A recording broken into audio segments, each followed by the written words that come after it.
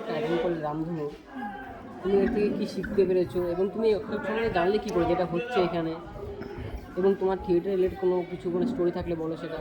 আচ্ছা, আমি মূলত যেটা করি, আমি মূলত গান শেখাই। আমি একজন মিউজিক টিচার। তো সেখান থেকে আমি একটা ওয়ার্কশপ করেছিলাম এর আগে, তো সেখান থেকে আমার সাথে এখানে কানেক্ট হয়। তো তারপরে আমি আসি এখানে, এবং এই বিষয়টা যে এতটা হিউজ একটা, মানে কী বলবো, জায়গা নিয়ে হচ্ছে, এবং এতটা যে পরিসরটা যে বিস্তৃত হয়েছে এটা সম্পর্কে আমার সত্যি বলতে কোনো আইডিয়া ছিল না। তো এখানে আসার পরে সত্যি অনেক কিছু জানতে পারি। এই যে 5 দিন এখানে ছিলাম, এখানে এত গুণী গুণী মানুষজন এসছেন, তাদের সান্নিধ্যে থেকে যে এত কিছু জানতে পেরেছি, শিখতে পেরেছি, এটাই হয়তো আমার জীবনের সবথেকে বড় প্রাপ্তি হয়ে থাকবে।